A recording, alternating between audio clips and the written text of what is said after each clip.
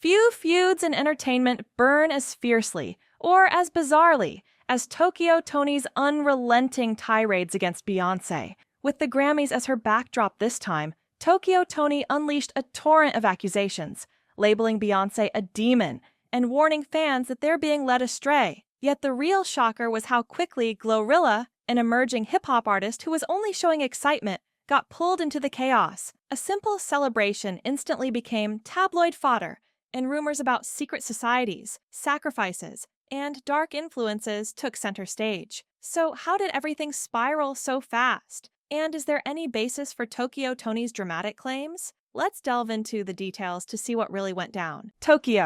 Toni's antipathy toward Beyoncé has been simmering for years, manifesting in countless social media rants where she casts the superstar as a puppet of nefarious forces. During this year's Grammys broadcast, the moment Beyoncé appeared on camera was all Toni needed to ignite another round of accusations. She jumped online accusing Beyoncé of staging elaborate, demonic performances, particularly those moments where she's elevated into the air during concerts. From Toni's viewpoint, these wire tricks aren't just high production value, but coded messages designed to lure fans into a spiritual darkness. For many, Toni's conclusions seem extreme. Aerial stunts have been a staple in stage shows for decades. Madonna, PNK, Cirque du Soleil, and countless others have utilized them. But Toni insists that Beyoncé's particular use of these effects isn't mere performance art. She ties it to broader claims of sacrifices, implying that her Grammy success is the reward for some unspeakable deal with powerful, hidden entities. Fans on social media reacted with a mixture of shock, amusement, and, in some cases, agreement. What made this outburst unique was how relentless Toni became. Rather than just focusing on the stage effects, she invoked the concept of the Illuminati, a secret society that conspiracy theorists often claim manipulates global events behind the scenes. She stated that Beyoncé is among the top ranks of this organization, paying a heavy toll to maintain her superstar status. While most see these assertions as outlandish, Toni framed them as undeniable truths that the public simply refuses to acknowledge. Meanwhile, outside Toni's echo chamber,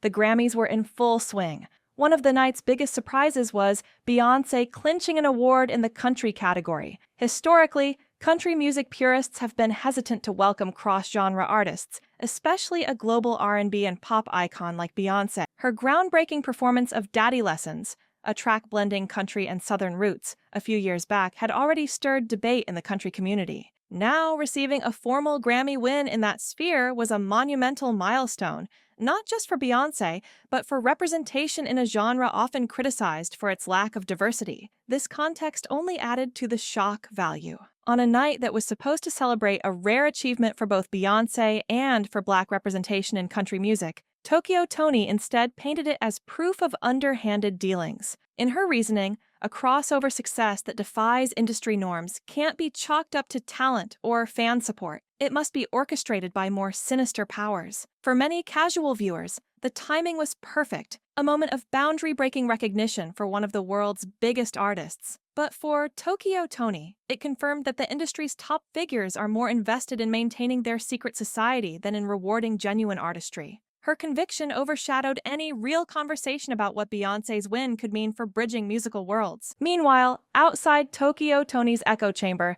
the Grammys were in full swing.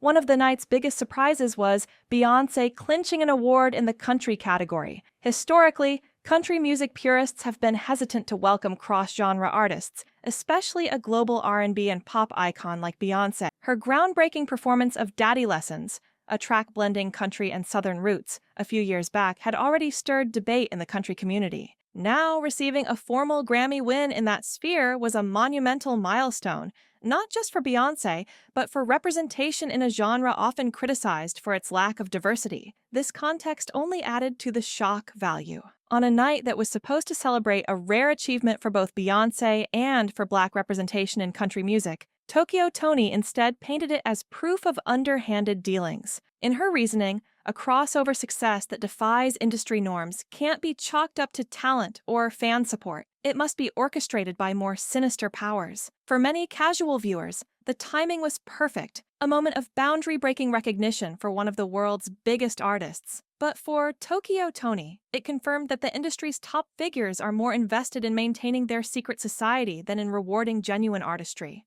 Her conviction overshadowed any real conversation about what Beyoncé's win could mean for bridging musical worlds. Anyone familiar with Toni's public persona knows that Beyoncé has long been her #1 target. Over the years, she has fired off multiple social media posts, interviews, and live stream rants with claims that Jay-Z and Beyoncé are not just wealthy superstars, but central figures in an ancient web of conspiracies. Often she merges biblical language with modern pop culture references, describing Beyoncé's performances as full-blown rituals and calling her fans, nicknamed the Bayhive, blind worshippers. Her core belief seems to rest on the idea that major awards, chart-topping albums, and headline-making performances are orchestrated by something bigger than artistry or fan support. While conspiracy theories about the Illuminati in music are as old as time, few have stuck so fervently to the topic as Toni. Where others might cite symbolism in a music video and move on,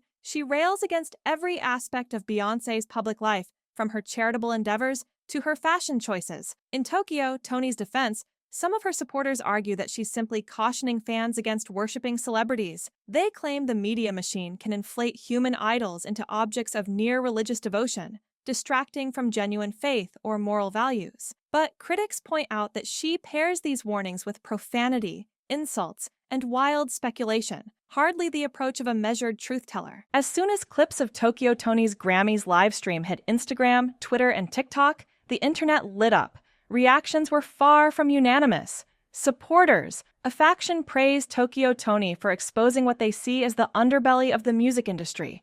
To them, Glorilla's overt excitement is another sign that young artists are being recruited into a demonic cult of celebrity worship. Detractors, many were quick to label Toni's tirade as attention-seeking behavior. They argued that she picks on Beyoncé because the star's name guarantees clicks and views. Those who found her personal attacks on Glorilla's appearance distasteful also categorized Toni's methods as borderline bullying. Neutral observers. Some people watched from the sidelines, more amused than outraged. They viewed the spectacle as a bizarre sideshow, a collision of generational dynamics, conspiracy culture, and the glitz of awards season.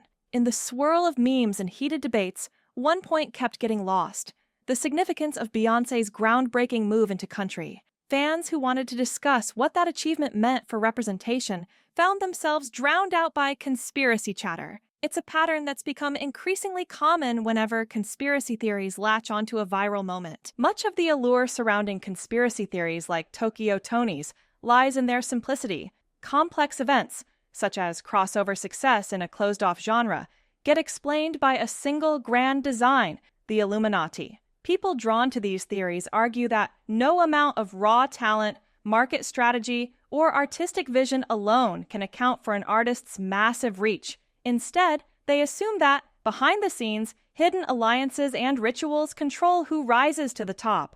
Beyoncé, in particular, has been subjected to these rumors for years. Ever since she and Jay-Z ascended to pop culture's highest echelon, skeptics have linked them to secret societies, interpreting nearly every symbol, from hand gestures to costume choices, as an Illuminati code. Critics say these notions undermine the genuine effort and skill that go into producing top-tier performances. Glorilla, a newcomer in the industry's upper ranks, became a casualty of these suspicions when she publicly celebrated Beyoncé's achievement. In conspiracy circles, even showing admiration can be seen as complicity in the dark forces that Toni believes govern the entertainment world. This leap from innocent cheering to guilt by association is at the heart of why such theories never die. They cast an incredibly wide net, ensnaring anyone who so much as claps at the wrong time. Underneath the theatrics lies a pertinent question: how far is too far when celebrating our favorite stars? Toni's followers argue that society's near worship of celebrities is a kind of spiritual crisis, diverting devotion from religious or ethical values. Meanwhile, fans of artists like Beyoncé counter that appreciation for someone's talent doesn't automatically equal worship. If anything, they see it as admiration for a hard-working musician who has broken numerous barriers. Glorilla's moment reflects a reality for many up-and-coming artists. They grew up watching Beyoncé dominate music charts and award shows. For them, cheering for a boundary-pushing icon is natural, perhaps even symbolic of passing the torch. But conspiracy theorists twist such moments into a narrative of secret pledges and coded alliances, overshadowing the notion that sometimes a cheer is just a cheer. Though Toni frames her crusade as a warning, her fixation on insulting language and mockery muddles her own message. By resorting to name-calling, like when she attacked Glorilla, she distracts from any meaningful discourse about the implications of celebrity and fandom. Instead of opening a thoughtful conversation on the perils of extreme idolization, she reduces it to a combative showdown that feeds internet drama. In the aftermath of her Grammys rant, Toni remains unrepentant. She continues to issue statements doubling down on her beliefs that Beyoncé is at the center of a massive demonic plot. Glorilla, for her part, appears to have moved on, focusing on her music and career rather than engaging in a drawn-out war of words. Beyoncé remains characteristically silent, as she does with most controversies, letting her achievements and work speak for themselves. So, what does this situation tell us? At the very least, it highlights the ease with which conspiracy theories can overshadow significant moments in pop culture, moments like a major Black artist being recognized in a traditionally exclusive genre. It also underscores how quickly a simple display of excitement can be recast as proof of hidden agendas. Toni's approach may alienate many, but it garners attention, proving that in the age of viral media, controversy can be as potent a currency as genuine accolades. Whether Toni is truly motivated by a sense of moral duty or by the lure of sensationalism is open to debate. What's clear is that her loud, provocative claims have become a recurring sideshow whenever Beyoncé hits a new milestone. Each time, the broader conversation about artistry, representation, and the triumph of someone breaking barriers is clouded by fearsome talk of demons and secret societies. In the end, the Grammys gave fans a chance to celebrate music and cultural progress, but also left them navigating yet another public meltdown from someone who claims to see evil lurking in every confetti drop. The cycle will likely continue as long as Toni finds an audience for her unfiltered rants, and as long as Beyoncé continues to make waves on the world's biggest stages. Perhaps the real lesson here is how easily the line between admiration and accusation blurs in modern celebrity culture, leaving fans, critics, and curious observers wondering if we'll ever get back to focusing on the actual music. Ultimately, we each decide what to believe. Is Toni lifting a veil on hidden truths, or is she simply capitalizing on the drama of a high-profile figure who rarely addresses the rumors? The world may never know for sure, but one fact remains. In the entertainment sphere, a single rumor can echo far louder than 1,000 quiet accomplishments. And when that rumor involves two uncompromising personalities and one of the most famous artists on the planet, the reverberations are bound to continue long after the last Grammy has been handed out.